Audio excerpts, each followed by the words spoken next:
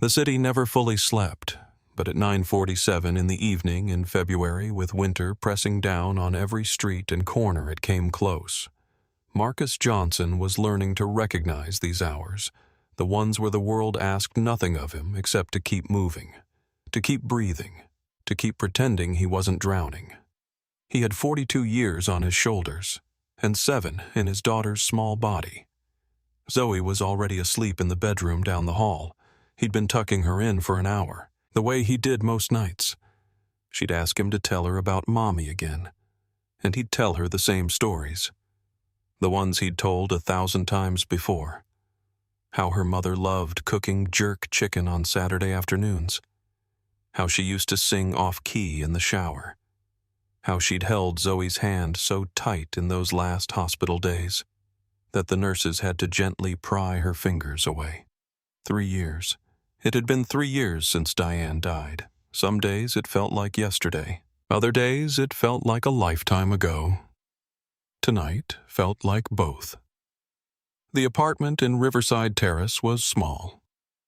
1 bedroom, a kitchen barely big enough for 2 people to stand in without bumping shoulders. A living room where Zoe did her homework and watched cartoons and drew pictures of families. Families that always included 4 people, even though one was usually drawn in the clouds with wings.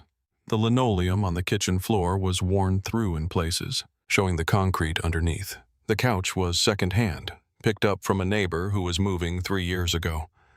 But the walls were covered in Zoe's art projects, watercolor trees, crayon self-portraits, a clay bird with one wing slightly larger than the other that she'd made at school. Marcus had built this life with his own hands, not carefully, not with a plan, but with desperation and love. And the kind of determination that came from knowing his daughter was depending on him to not fall apart. During the day, he worked for the city, Department of Water Infrastructure Maintenance Division. He monitored pipe systems, tested water quality, responded to emergencies. It was steady work. The kind of work that kept the lights on and the water running for people who didn't think about it. He was good at it. His supervisor had told him so. His team respected him. But his real life happened at night, after Zoe was asleep, after he'd cleaned up the dinner dishes, after he'd folded what laundry he could manage. Marcus sat at the second-hand desk in the corner of the living room, and he coded. He took freelance projects, some legitimate, some gray market. That paid better than his day job.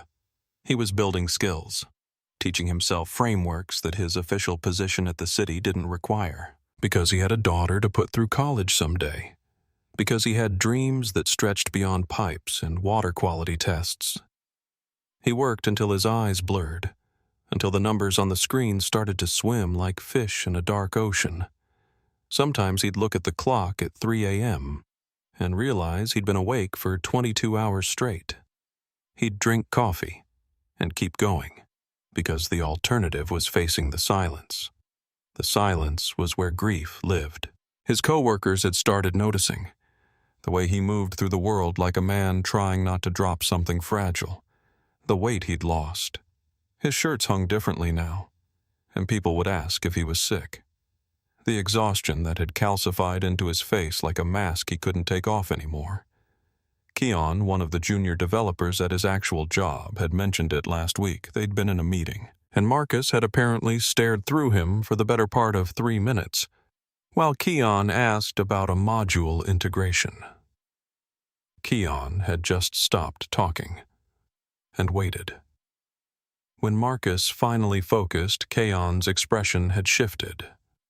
Not angry, just sad, like he was watching someone drown and didn't know how to throw them a rope. But Marcus wasn't drowning. Or so he told himself. He was managing. He was keeping Zoe fed. He was keeping the apartment clean. He was showing up to work. He was functioning. What else was there to life than functioning? The worn teddy bear in his hands right now, the one with one eye slightly loose, had been Diane's mother's gift to Zoe when she was born. It had survived everything. The moves, the financial struggles, the funeral, the nights when Zoe couldn't sleep and needed something familiar to hold.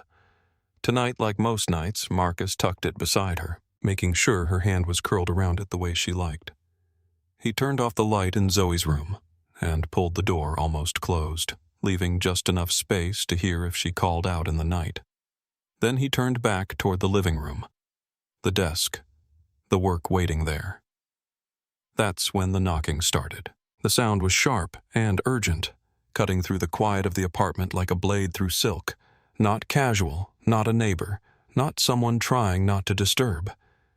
This was someone who expected to be answered. Marcus froze. It was past 9 at night. No one came to visit at this hour. His mother wouldn't arrive from upstate until next month. His few friends knew better than to drop by, when Zoe might be sleeping. The knocking came again, more insistent. He hurried through the living room, stepping over building blocks and half-finished art projects scattered across the hardwood floor, and checked the peephole. What he saw made his heart stop for a moment. A woman stood in the hallway, silhouetted by the harsh, fluorescent light of the corridor. Tall, composed, she wore a black gala dress, the kind of dress that didn't announce its cost, but somehow made you aware of it anyway. Designer heels clicked against the worn carpet of the hallway. Her natural hair was pulled back in a sleek bun that emphasized the sharp angles of her face. Even through the distortion of the peephole, he could see the intelligence in her eyes, the authority in her posture. She was beautiful in a way that made him suddenly, acutely aware of the juice stain on his t-shirt. Marcus opened the door slowly. "Can I help you?" he heard himself say, though the words felt stupid even as they left his mouth. Of course he could help her. That was his job. That was what people like him did for people like her.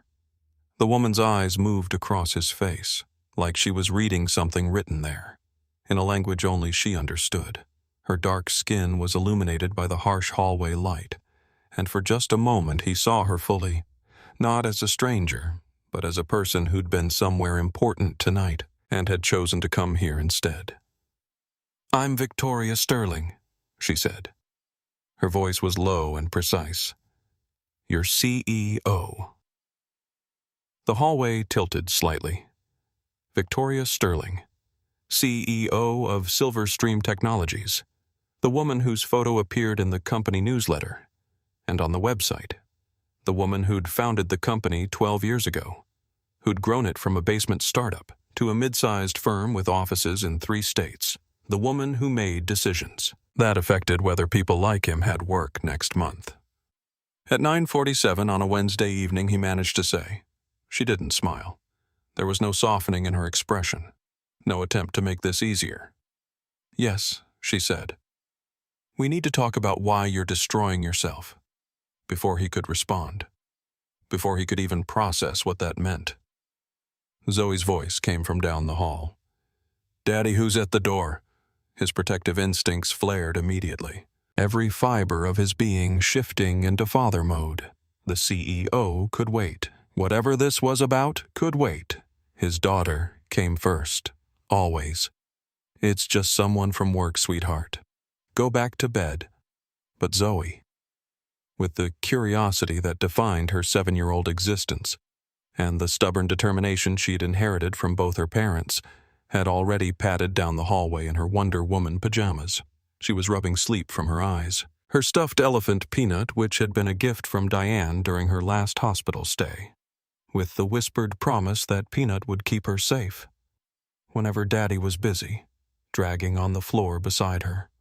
Her dark curls, so like her mother's, were tousled from sleep.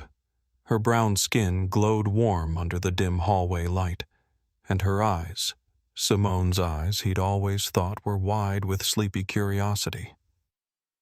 "Are you Daddy's boss?" Zoe asked, tilting her head to one side, the way she always did when she was studying something new. Victoria's stern expression softened immediately. But it wasn't the artificial softening of an adult trying to be nice to a child. It was something genuine, something that reached her eyes. She knelt to Zoe's level without hesitation, and Marcus saw her designer heels press against the worn carpet, with the kind of carelessness that suggested. She'd never thought about the cost of that particular gesture. "Yes, I am," Victoria said. "You must be Zoe. Your dad has pictures of you all over his desk. You're even prettier in person." Zoe studied her with the directness only children possessed. "Are you firing my daddy?" The question hung there. Victoria didn't flinch, didn't look away, didn't do any of the things that adults usually did when confronted with a child's brutal honesty. "That's a complicated question," Victoria said carefully. "Can I come in and talk to your dad about it?" Zoe glanced back at Marcus, then at Victoria, then seemed to make some calculation in her 7-year-old brain about whether this woman was a threat, apparently satisfied. She stepped back. "You have to listen when he tells you about his scrambled eggs," Zoe said seriously.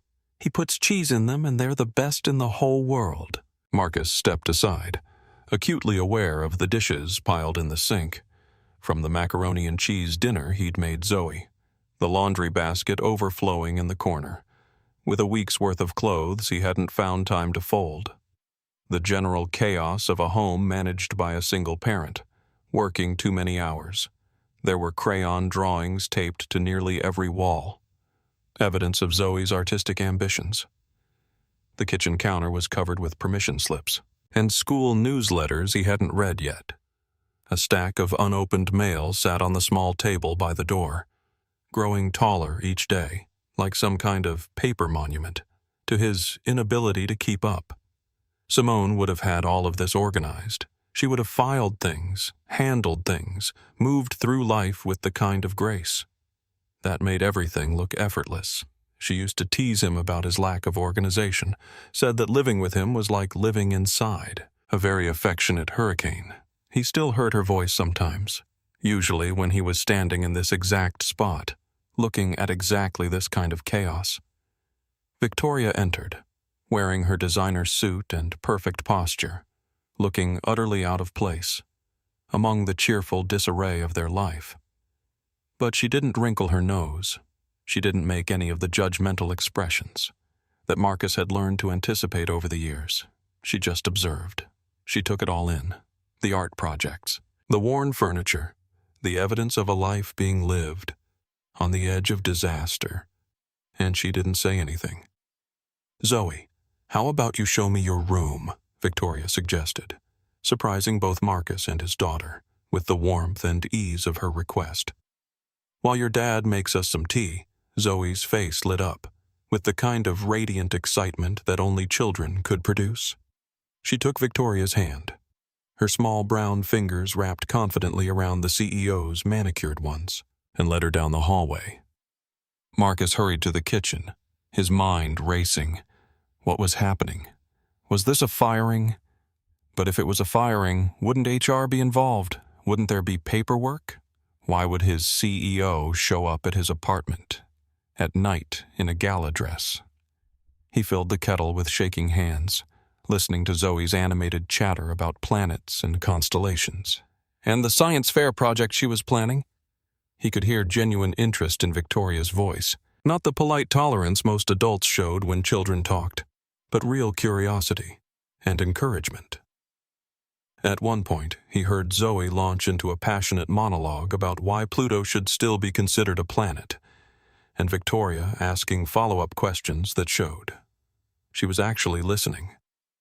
15 minutes later, after Zoe had proudly shown off her room and been tucked back into bed with promises of just 5 more minutes, that stretched to 20, during which Victoria had examined every glow-in-the-dark planet, hanging from the ceiling with appropriate reverence, and listened to a full explanation of why Pluto deserved planet status. Marcus and Victoria sat across from each other at his small kitchen table, steaming mugs between them. The kitchen light hummed overhead, casting warm shadows across the cluttered countertops, a drawing Zoe had made of their family. 3 figures holding hands, a bright yellow sun overhead, and a smaller figure with wings watching from a cloud was pinned to the refrigerator with a butterfly magnet. "I don't understand," Marcus said finally, breaking the uncomfortable silence. That had settled between them like fog. "If you're firing me, Why are you here at my apartment at nearly 10 at night? Why not call me into your office tomorrow?" Victoria sighed, wrapping her hands around her mug of chamomile tea. The only kind Marcus had, purchased because Simone used to drink it every evening before bed. And he couldn't bring himself to stop buying it. Couldn't bring himself to let that small ritual of remembrance go. "Because you wouldn't have heard me there either," Victoria said. "Marcus, I've been trying to talk to you for weeks. I've sent emails, left notes on your desk, scheduled meetings that you've either rescheduled or attended while simultaneously answering messages on your phone." She paused, looking directly at him. "Last Tuesday, I stood in your office for 3 full minutes before you even noticed I was there. You were so deep in code that the world could have ended around you. I could have set your desk on fire, and you would have asked me to move the flame so you could see your monitor." Marcus flinched. It was true. He had been stretched so thin that multitasking had become his only mode of operation. Every moment was allocated, every minute accounted for, and still there were never enough hours in the day. Between Zoe's school schedule, her after-school program at the Oak Ridge Community Center, the grocery shopping, the cooking, the cleaning, the homework help, the bedtime routines, the doctor's appointments, the parent-teacher conferences he attended alone, while other parents came in pairs, and the relentless demands of his position as lead developer.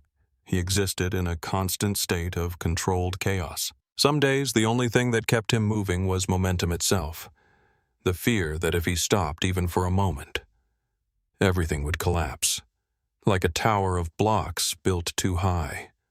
"I've been meeting all my deadlines," he defended weakly, knowing even as he said it that it wasn't the point. Phoenix shipped on time.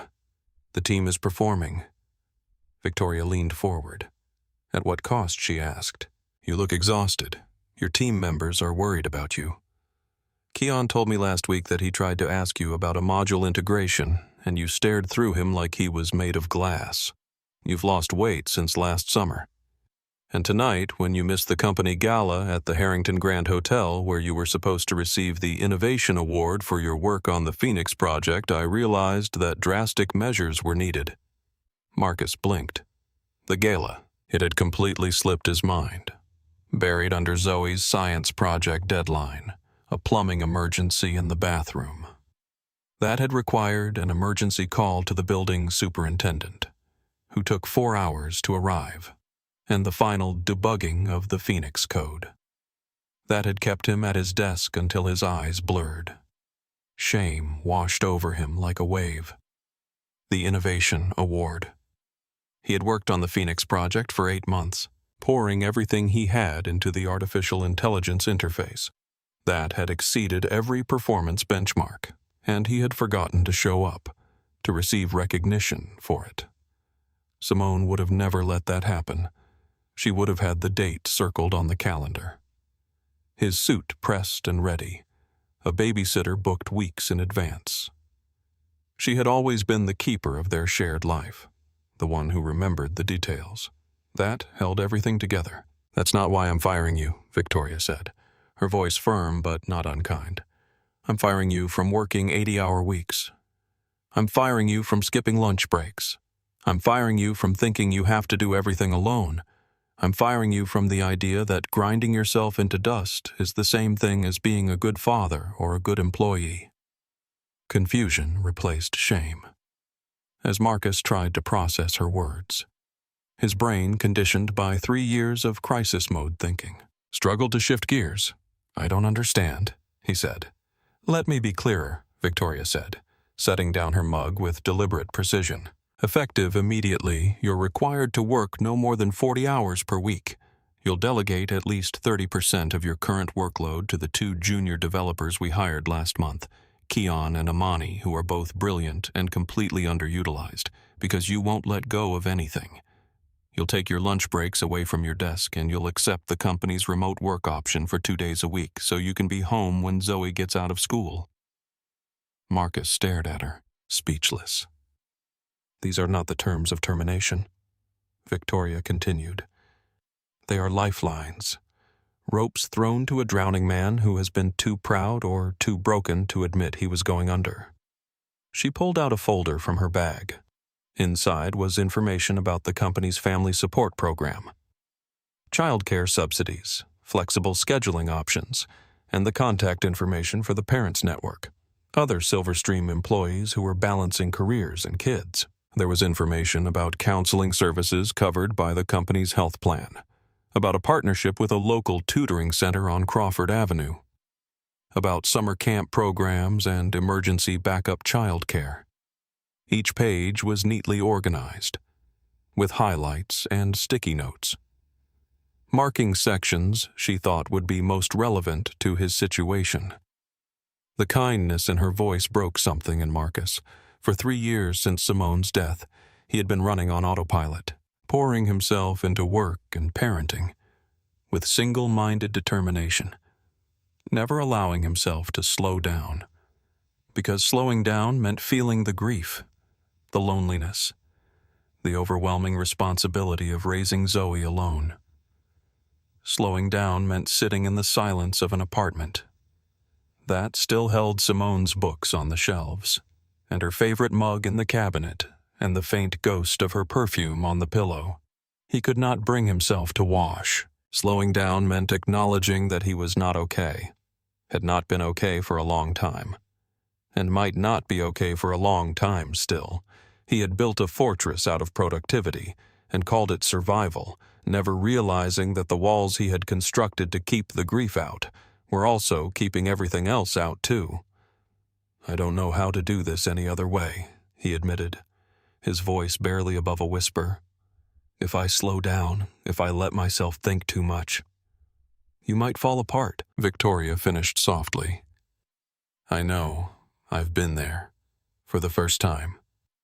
Marcus really looked at his boss, not as the intimidating CEO whose approval he sought, not as the polished executive who commanded boardrooms and negotiated million-dollar contracts without breaking a sweat, but as a person, a woman who had built an empire from nothing, who carried herself with a quiet strength that he had always admired. There was something in her eyes that suggested she understood exactly what falling apart looked like. In the days following Victoria's visit, Marcus couldn't stop thinking about what she'd said. The words played on repeat in his mind. At work, during lunch, which he now took away from his desk, sitting in Riverside Park, watching the world move, at night when he wasn't coding, but more than the words. He thought about her expression, when she'd looked at his apartment, the way she'd taken in the chaos without judgment, the way she'd listened to Zoe with genuine interest, the way her hand had felt over his when she'd reached across that kitchen table. He started implementing the changes immediately. It felt strange at first, leaving at 5 instead of 7, delegating work to Keon and Amani, trusting them with projects that he'd previously guarded jealously. But Keon's code was clean. Amani's architecture decisions were elegant. They didn't need him hovering over every line. The remote work days were the strangest adjustment. On those days, Marcus worked from a desk he'd set up in the corner of the living room, and he could hear Zoe when she came home from school, could help her with homework without distraction, could cook dinner without rushing, could be present in a way he hadn't been in 3 years. Dr. Okafor's office became a Tuesday evening fixture. Marcus had started seeing the therapist. 3 weeks after Victoria's intervention, the first session he'd sat in the waiting room. His jaw clenched, wondering what he was doing there. He wasn't broken. He was functioning. Wasn't that enough? But Dr. Okafor, a woman with gray-streaked hair and patient eyes, had asked him a simple question in that first session. "What are you surviving for?" He couldn't answer. Or rather, he could. For Zoe, for his job, for the routine. But those answers felt hollow. They were about maintenance, not living. Victoria had been right. He'd been surviving, not living. 3 months into the changes, Victoria invited Marcus and Zoe to a company picnic at Riverside Park. She mentioned it casually. One afternoon when she stopped by to check on his progress on a new project. Zoe was in her room doing homework, and Marcus was at his desk, reviewing Keon's work on a module integration. "There's a picnic next Saturday," Victoria said. "Several families from the company will be there. Zoe might enjoy meeting the other children." Marcus hesitated. Picnics meant being around people, meant conversations, meant being observed. He wasn't good at those things anymore. "I'll think about it," he said, which was his way of saying no, without saying no. Victoria didn't push. She simply nodded and left. But there was something in her expression, a flicker of something that might have been disappointment, that stayed with him. Through the rest of the week, he found himself thinking about her, more than he should. The way she moved through the world, with such certainty. The intelligence in her eyes, the fact that she'd shown up at his apartment, in a gala dress, to tell him he was destroying himself.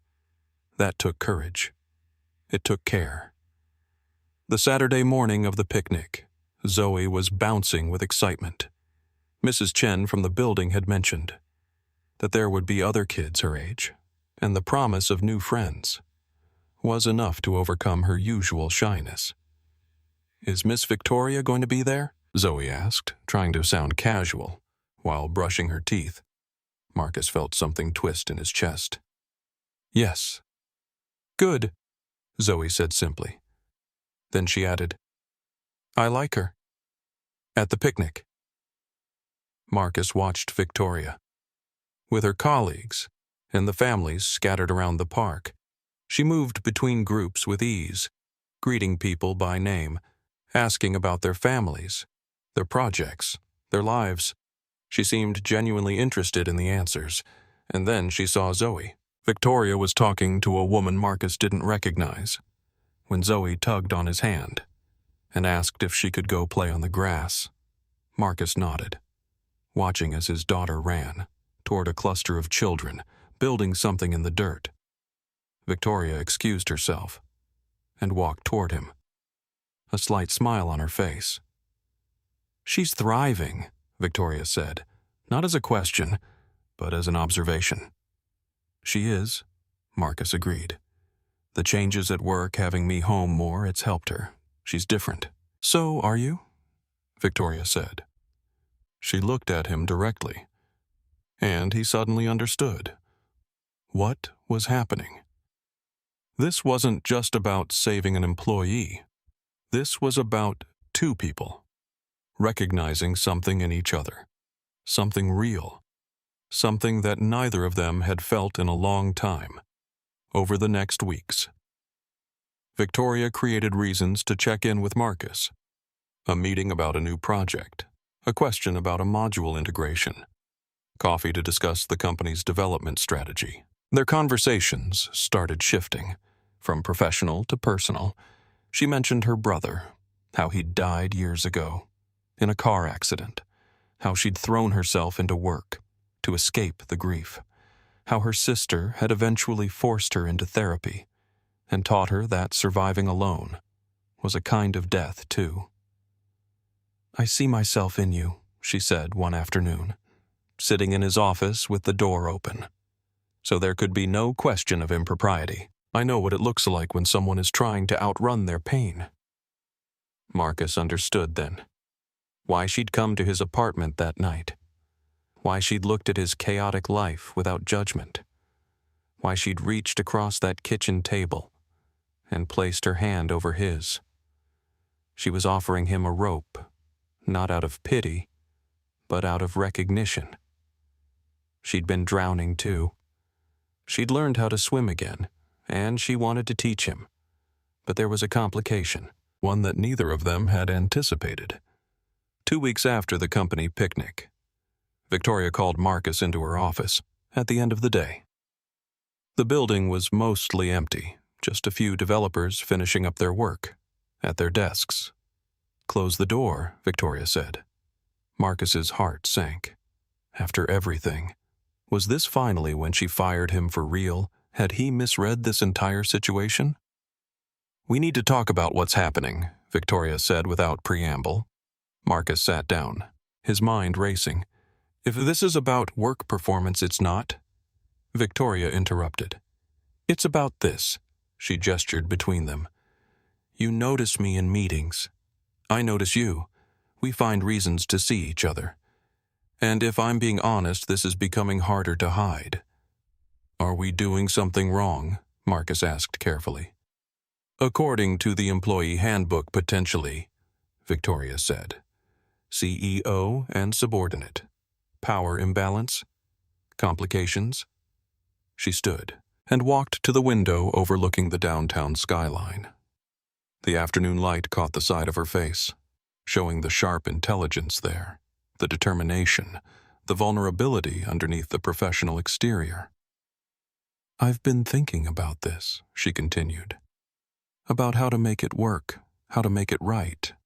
She turned back to face him. "I'm going to step back as your direct supervisor. You'll move to report under James Chen in the operations division. It's a lateral move, not a demotion. Your salary, your benefits, your title, everything stays the same. But the power dynamic goes away." Marcus felt something loosen in his chest. "You do that. I do more than that," Victoria said. "But you have to choose. Not me choosing for you. You choosing to step into whatever this is." "I choose," Marcus said. "I choose you. I choose this."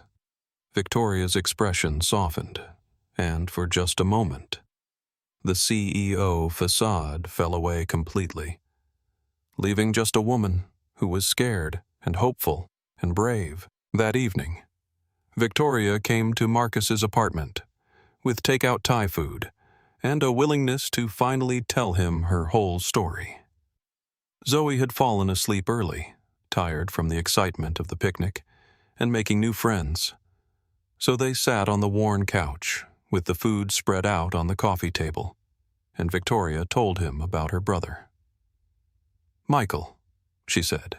"He was 9 years younger than me. Beautiful kid. Smart. He became a teacher elementary school, loved it. He had a daughter, Sophie. She was 7 when he died."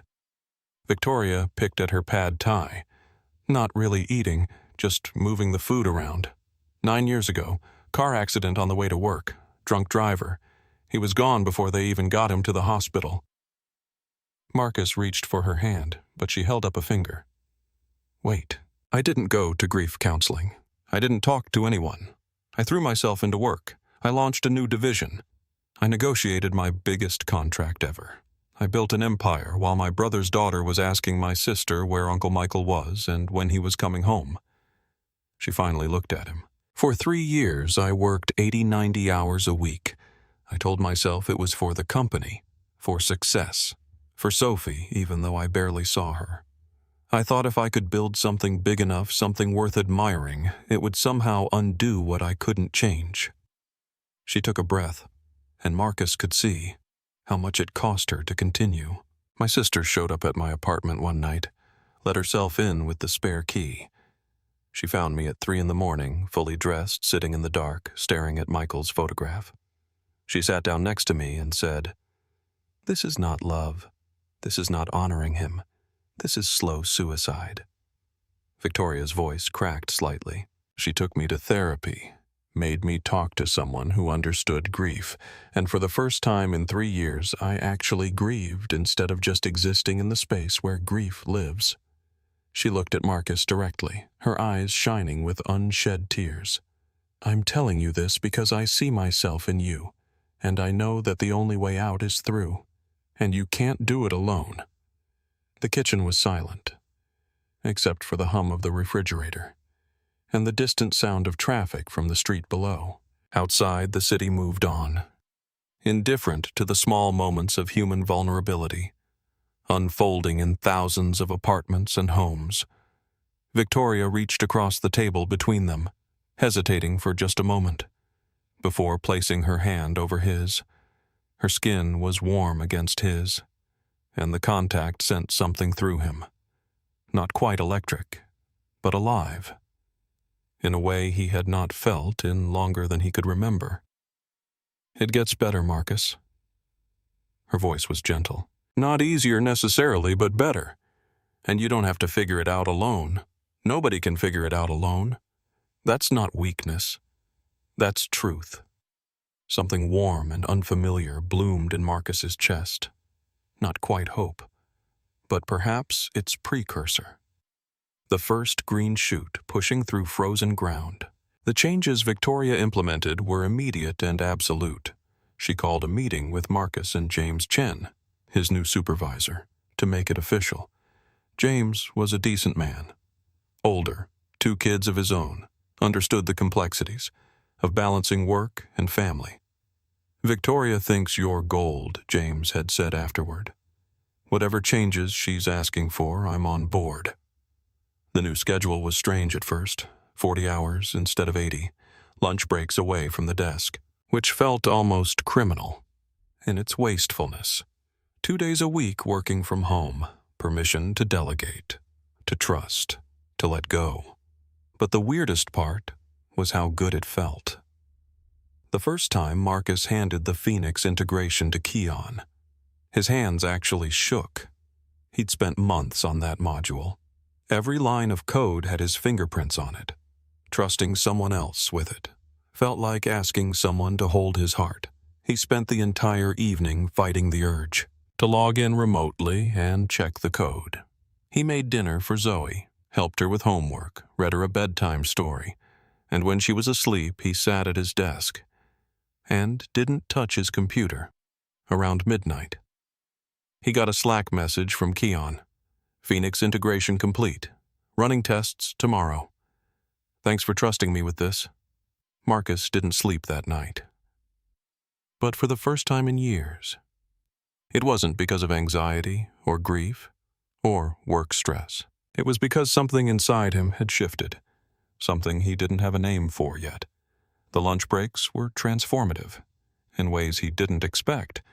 Marcus would sit in Riverside Park, across from the Silverstream building, a sandwich in his lap, watching business people move with purpose.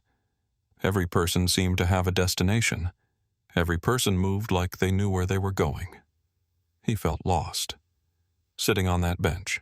But it was a different kind of lost than he'd been before. This lost had space in it. Room to breathe. Room to maybe. Eventually, figure out where he was going. Victoria would text him sometimes. "How's the sandwich?" He didn't remember telling her. He was taking lunch breaks, but he hadn't. She'd checked his calendar. "Good," he'd respond. "Why?" "Checked your calendar," she confirmed. "First lunch break away from your desk in 18 months. Seemed worth noting. And then later, more than it should.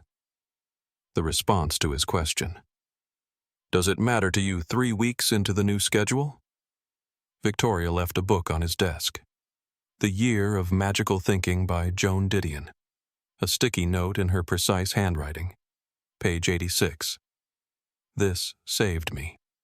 V." He read it that night, after Zoe fell asleep.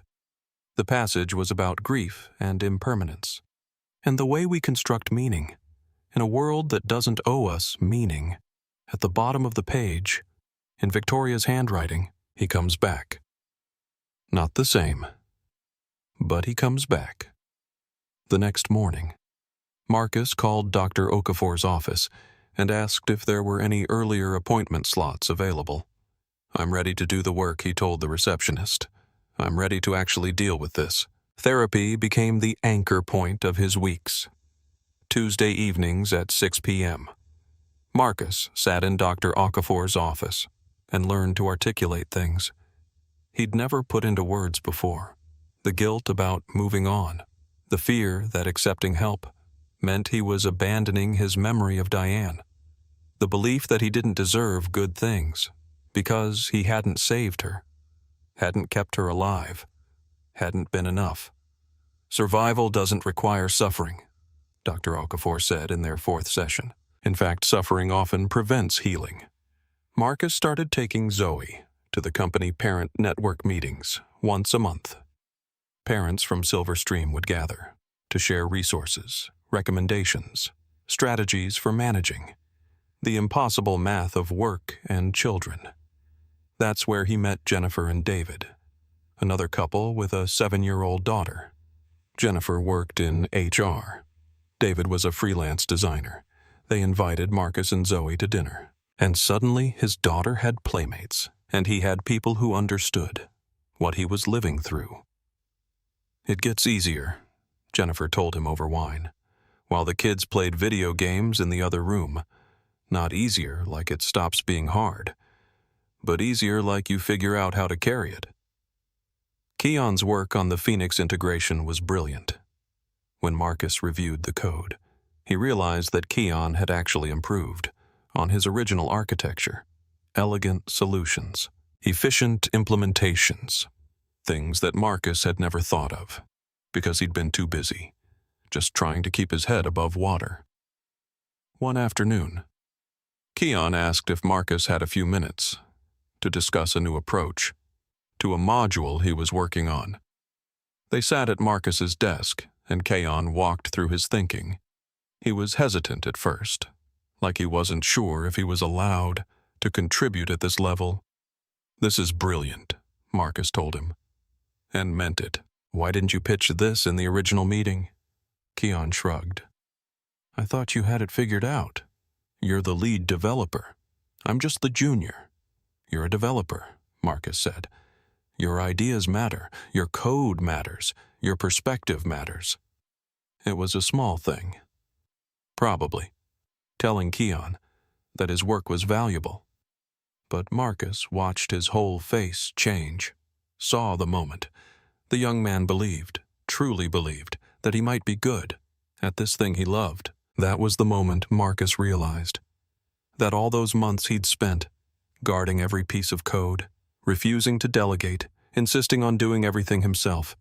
He hadn't been protecting the company. He'd been protecting himself, keeping control, because everything else in his life had spun out of control.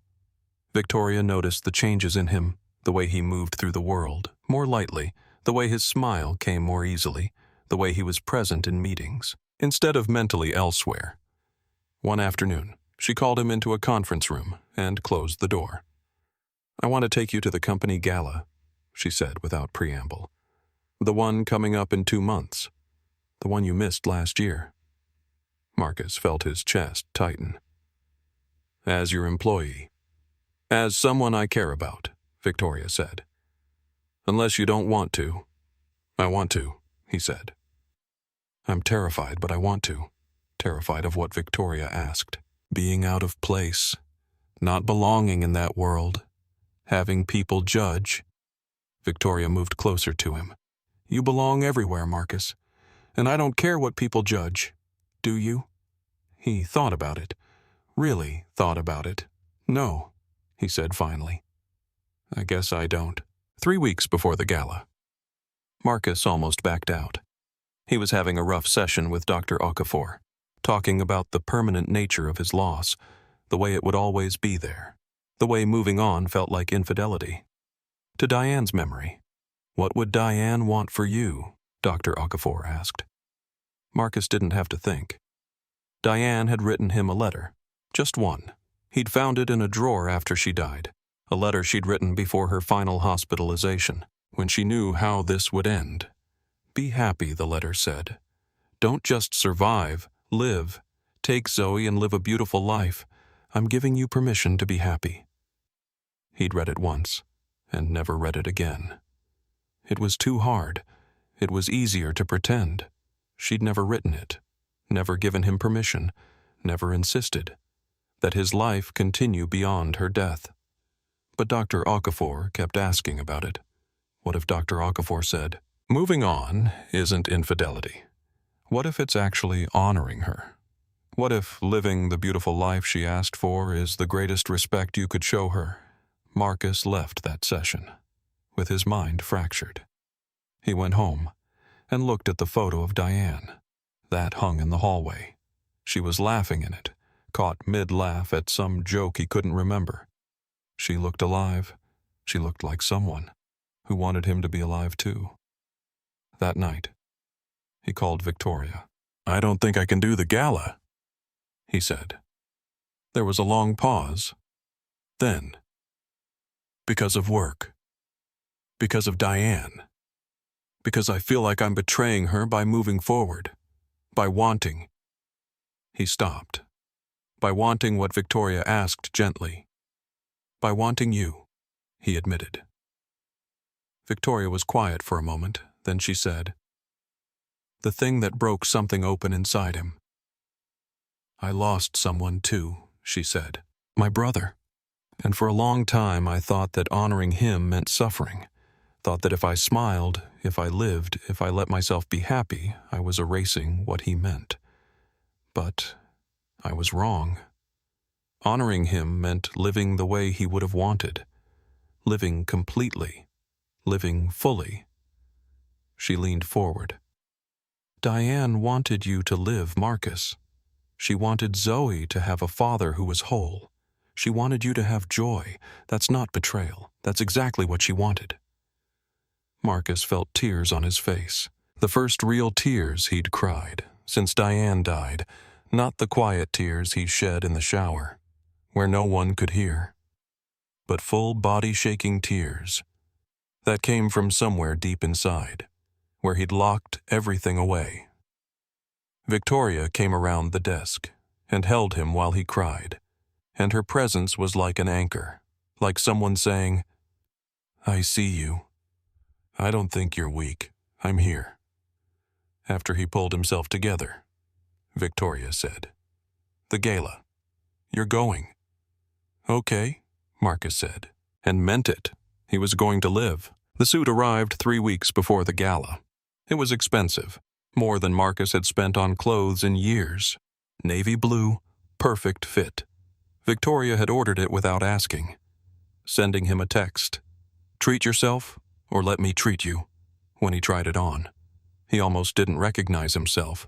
The man in the mirror looked confident, whole, like someone who had a right to exist in spaces like ballrooms and galas. Zoe came out of her room and studied him with the seriousness of a fashion expert. "This blue," she said. "It matches your eyes and it's happy." "Happy?" Marcus laughed. "Suit can't be happy." "It can," Zoe insisted. "You look happy in it, Daddy. And you don't look happy a lot." The words were a small knife to his heart.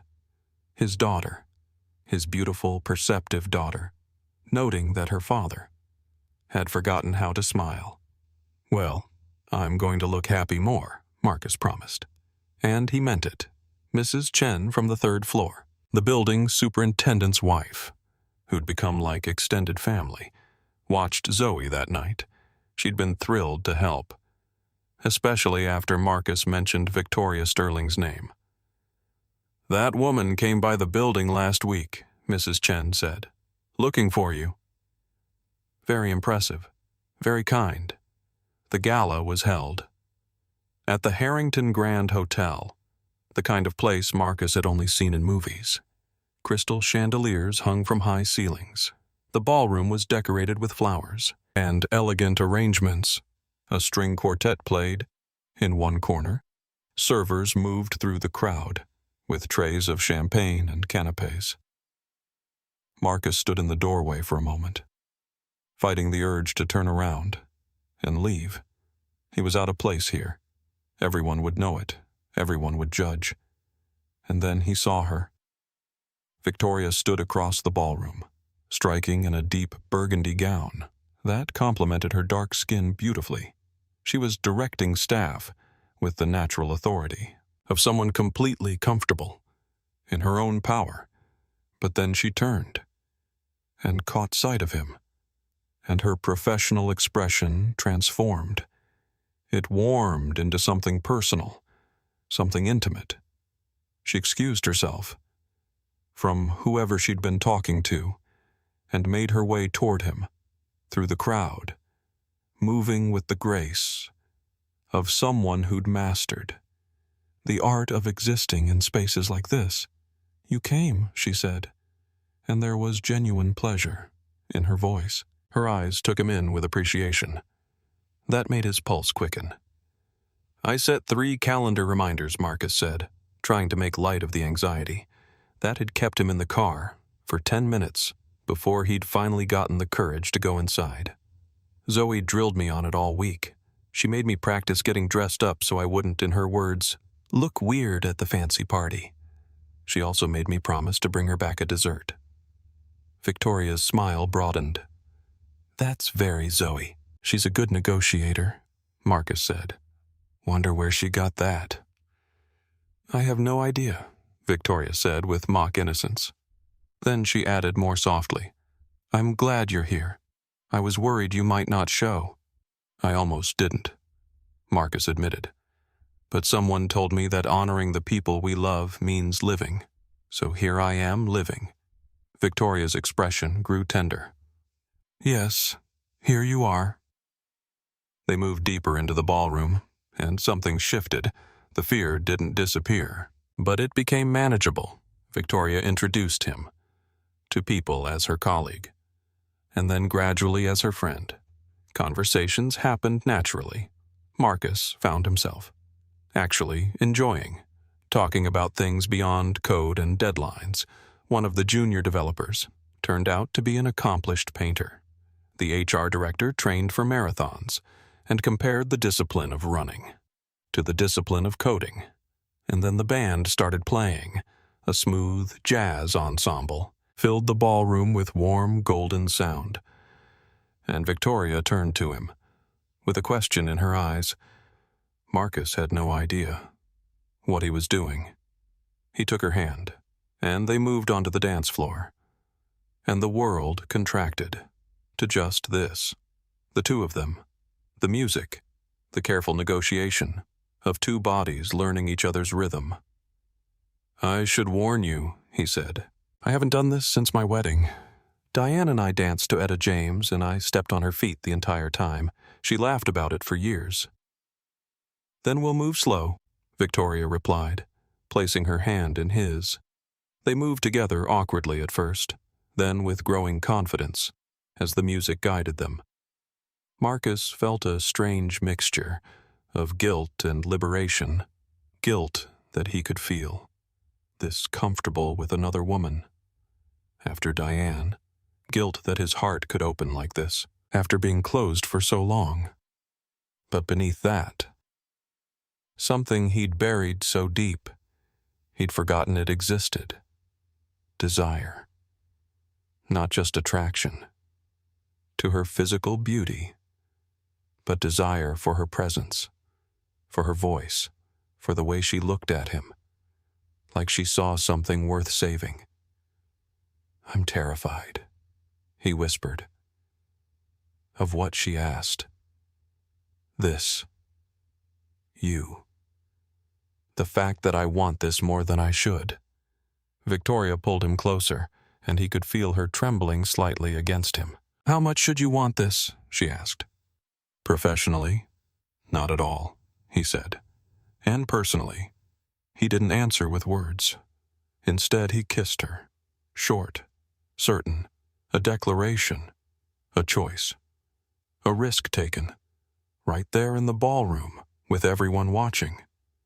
When he pulled back, Victoria's eyes were closed. "That was real," she whispered. "Yes, I'm okay with terrified," she said. "As long as you're here." They danced the rest of the night, and nothing was simple after that. But nothing was dishonest either, later. In the car, leaving the venue, Marcus found himself holding Victoria's hand, like she might disappear if he let go. "That was brave," she said. "Dancing, kissing, being present." "That was terrifying," Marcus corrected. "But I'm learning that brave and terrifying are often the same thing." They drove through the city streets, and Marcus told her what had happened in his last therapy session, about Diane's letter, about Dr. Okafor's questions, about finally understanding that Diane's greatest legacy wasn't her absence. It was her insistence that life continued, that joy was possible, that he wasn't betraying her by living. What would you tell Zoe? Victoria asked. If she was struggling with grief, Marcus thought about it. I'd tell her that loving someone doesn't end just because they're gone, that memories don't disappear, but that life continues, and honoring that person means living fully. Then maybe it's time, Victoria said gently, to take your own advice.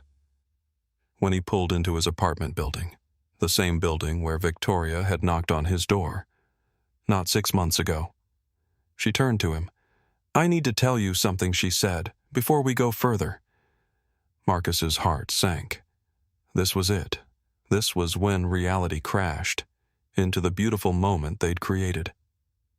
Okay, he said carefully. I love you, Victoria said simply. I know it's fast. I know we've only been together in any real sense for a few months. But I love you. And I love Zoe. And I want this to be real. All of it. Marcus felt something inside him. Fracture and reform.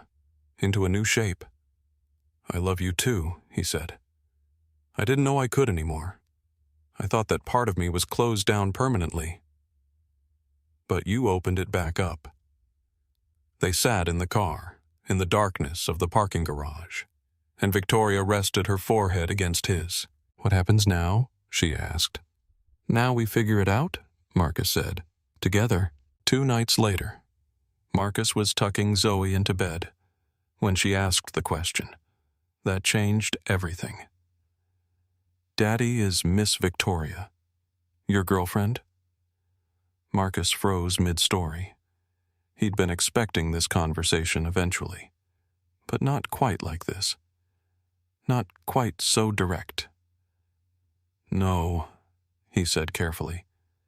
She's my boss, and she's my friend.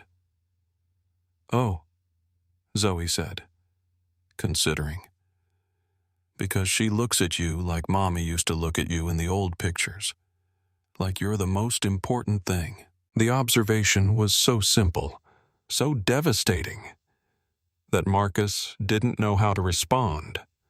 What if I told you that Miss Victoria might become more than a friend? He asked finally. Zoe's eyes went very wide. Like a girlfriend. Like a girlfriend, Marcus confirmed. Would that be okay? Zoe was quiet for a long time. Then she said, would she still come over? Would she still help me with science projects? Yes, Marcus said, all of that.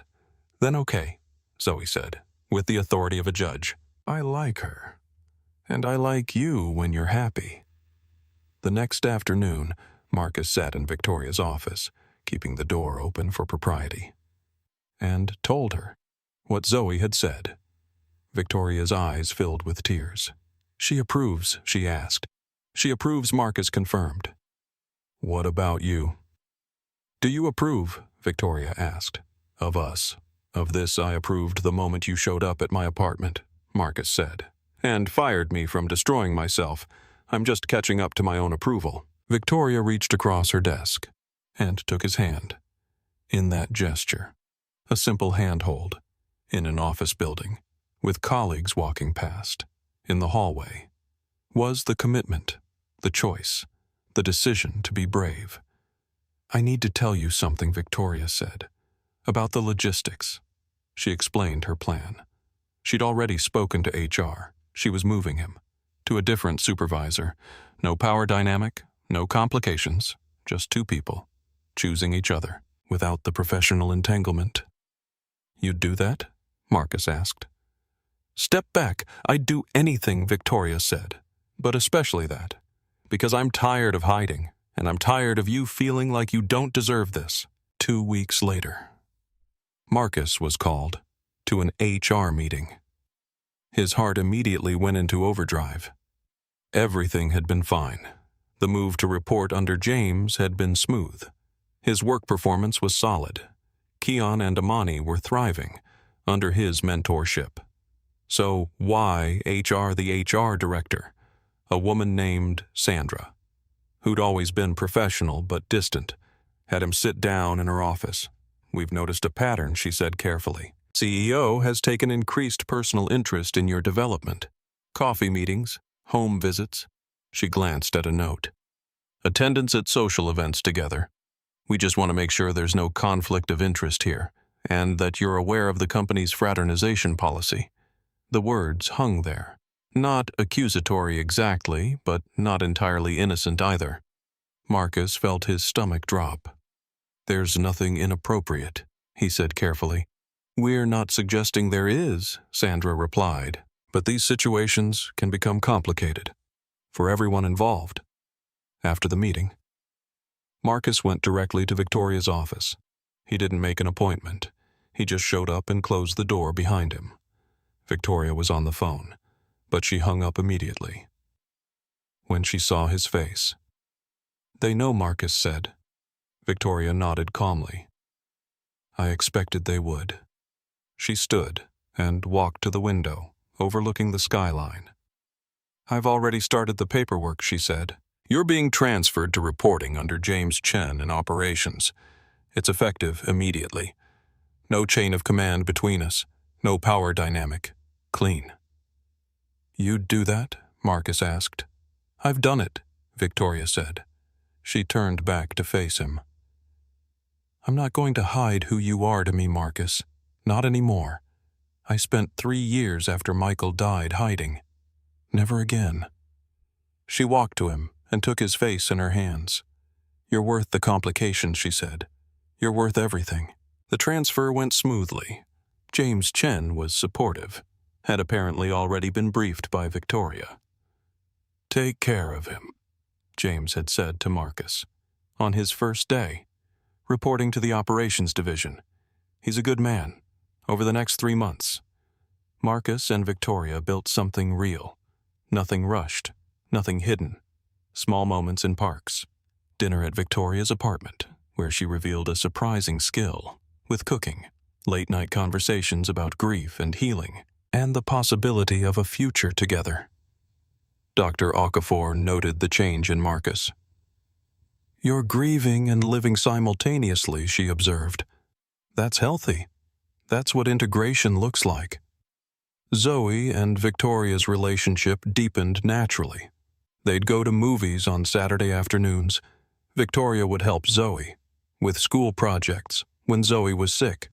Victoria came by with soup and sat with her, reading stories until the fever broke. Diane's memory didn't disappear. It transformed. Marcus framed the photo of Diane laughing and moved it from the hallway to Zoe's room, where she could see her mother's joy. Every morning when she woke up, the letter Diane had written sat on his nightstand now. He read it sometimes, the permission she'd given him to be happy, to live fully, to build a beautiful life. And he was, slowly, steadily, with Victoria beside him. 6 months after the gala, Marcus found a small box in his jacket pocket. He stared at it for a long moment, not opening it, knowing what it meant. The commitment. The next chapter. He found Victoria in the kitchen of her apartment. His apartment now too, though it would take a while. To fully move his things, making pasta sauce from a recipe her mother had given her years ago. "I found this," he said, holding up the ring box. Victoria turned, wooden spoon in hand, and her expression shifted, became vulnerable, became hopeful. "That's been in my purse for 3 weeks," she admitted, waiting for the right moment. "I'm waiting," Marcus said. "What's the right moment?" Victoria set down the spoon and came to him. She took the box from his hands and opened it. A simple band, white gold with a small diamond. "I want to spend the rest of my life with you," Victoria said. "I want to watch Zoe grow up. I want to build a life that's real and messy and imperfect and beautiful. I want to wake up next to you every morning. So Marcus Johnson." Marcus kissed her before she could ask the question.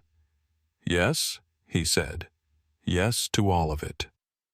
They called Zoe into the kitchen, and when they told her, She jumped up and down and declared that she wanted to design the wedding dress herself, something with dramatic shoes, she said seriously, like Miss Victoria wears. Marcus stood in their new house, purchased together, both names on the deed, watching Victoria and Zoe bake cookies for a school event. The kitchen was chaos. Flour dusting the counter, sugar scattered across the cutting board, two people laughing at an inside joke about royal icing that he didn't quite understand. Diane's things were integrated throughout the space. Her coffee mug on an open shelf in the kitchen, her recipe box in the drawer, pages worn from use. Her photograph in Zoe's room, showing her laughing, in a way that made it clear she'd been someone who truly knew how to live. Victoria's hand bore a wedding band next to her engagement ring. Marcus wore one too, a simple band of white gold that caught the light when he typed code or when he held Victoria's hand. Zoe was drawing a family portrait on the kitchen counter, 4 figures holding hands under a bright yellow sun, with a smaller figure in the clouds, smiling down on them. Marcus's phone buzzed with a work email. He glanced at it, registered the urgency, and set the phone face down. On the counter. "Not right now," he said. The email could wait. Work would always be there tomorrow, but this moment, this exact configuration of people and laughter and scattered sugar, this would never happen exactly this way again. "Dad, come see what we made," Zoe called. He crossed the kitchen and stood between them, and Zoe leaned against his side with the confidence of a child who knew she was safe. Victoria reached out and squeezed his hand, a small gesture of presence that held all the commitment they'd built over the past year. Later that evening, after Zoe was asleep, Marcus and Victoria stood on their back porch, looking out at the small city skyline, visible from their neighborhood. "I almost didn't knock on your door that night," Victoria said. 9 times I sat in my car, in your building parking lot, talking myself out of it, thinking it was a bad idea, thinking I'd overstep. "I'm glad you knocked," Marcus said. "So am I," Victoria replied. "Best decision I ever made." Silverstream Digital announced a new initiative. 6 months after Marcus and Victoria's wedding, the Employee Wellness Program, founded by Victoria Sterling and implemented across all levels of the company, became the gold standard in the technology sector. It included mandatory maximum work hours, wellness counseling, flexible scheduling, child care subsidies, and a mandate that no employee work more than 50 hours per week. It was radical for the industry. It was exactly what Marcus had needed.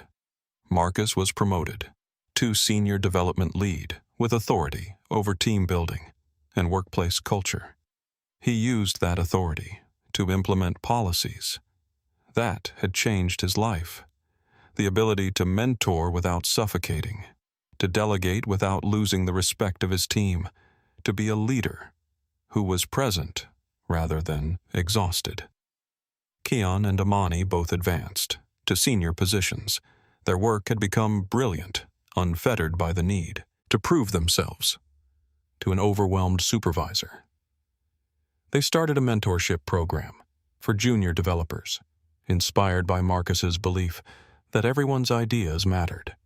The company gala came around again, a year after the one, where Marcus had danced with Victoria for the first time. This year, Silverstream's Innovation Award was being presented again. And this year, Marcus was there. Victoria stood beside him, as his name was called. Zoe watched from the audience, sitting with Mrs. Chen, bouncing with excitement at seeing her father being honored in his acceptance speech. Marcus mentioned Diane. He talked about her letter, her insistence that he live fully. He acknowledged Victoria and Zoe. He talked about his team, Keon, Amani, all the people who'd believed in him when he didn't believe in himself. Excellence, he said, doesn't come from burning yourself down. It comes from being whole, from having people in your life who matter, from knowing that your work is important but your life is more important. The ballroom erupted in applause.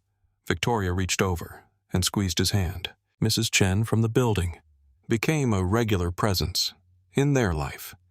She and Victoria had an unexpected friendship, meeting for coffee once a week to talk about books and gardening and the general mystery of how women were expected to do everything and get credit for nothing. Zoe's teacher noted that the child had transformed. Once shy, now confident, creative, able to trust the adults in her life because she had seen her father trust, and she had seen it pay off. Marcus slept 8 hours. Most nights now, his team respected him more for being present than they had when he was exhausted. Productivity, paradoxically, had increased after the work hours were capped. Victoria stepped back from the CEO role to co-CEO, focusing on company culture and employee well-being. She discovered that she didn't need the burnout to feel powerful. Her actual power came from building systems that helped people thrive. They attended couples therapy, not because anything was wrong, but because they wanted to build skills for the future. They wanted to face challenges, preventatively rather than reactively. Diane's presence in their home wasn't haunting anymore. It was grounding, a reminder of where Marcus had come from, how far he'd traveled, what he'd learned about the nature of loss and growth. 1 year to the day after Marcus and Victoria's wedding, they returned to Riverside Terrace Apartments. The building looked exactly the same. The linoleum was still worn.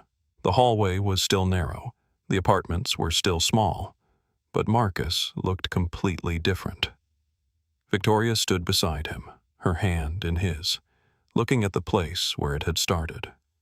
"I was so afraid that night," Victoria said, standing in front of 412, about to knock, terrified that you'd tell me to go away, that I'd gambled everything and lost it all. "I'm glad you were brave enough to knock," Marcus said. They walked down to Riverside Park, where they'd danced, where they'd married, where they came now, at sunset, to sit on a bench and watch the world move around them. Zoe was off, at a friend's house, Victoria's niece, actually, who'd become like a sister to her. The two families had blended seamlessly over the past year, creating something larger than either family had been alone. "Do you ever regret it?" Marcus asked. "Showing up at my apartment, getting involved in my chaos?" Victoria looked at him, like the question was ridiculous. "Every day," she said. Then, at his expression, "Regret, but in the way you regret not having lived enough before you found the thing that made you want to live forever." They sat in comfortable silence as the sun descended and the city lights began to come on. There was still grief sometimes. There were still hard days when Marcus missed Diane with an intensity that took his breath away. There were still complicated conversations about blended families and integrated lives and the ongoing work of building something real.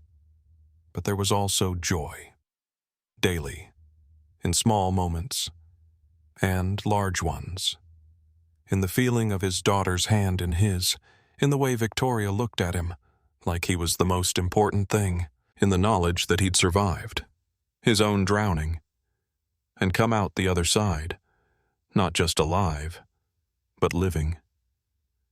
"What are you thinking?" Victoria asked. "That I'm grateful," Marcus said simply, "for all of it, the hard parts and the beautiful parts. All of it got me here." Victoria rested her head on his shoulder, and they watched the city lights multiply. As darkness fell, the water in the river nearby caught the reflected glow, turning into something beautiful and strange and alive. It wasn't a perfect ending. Perfect didn't exist, but it was their ending, earned through honesty and fear, and the willingness to be vulnerable. It was real, in a way that only real things could be, And that, Marcus had learned, was worth everything.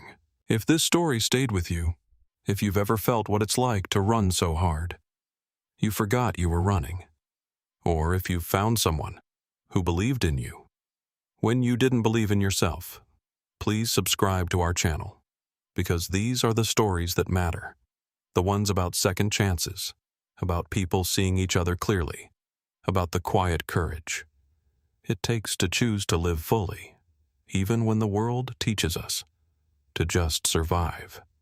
Thank you for watching.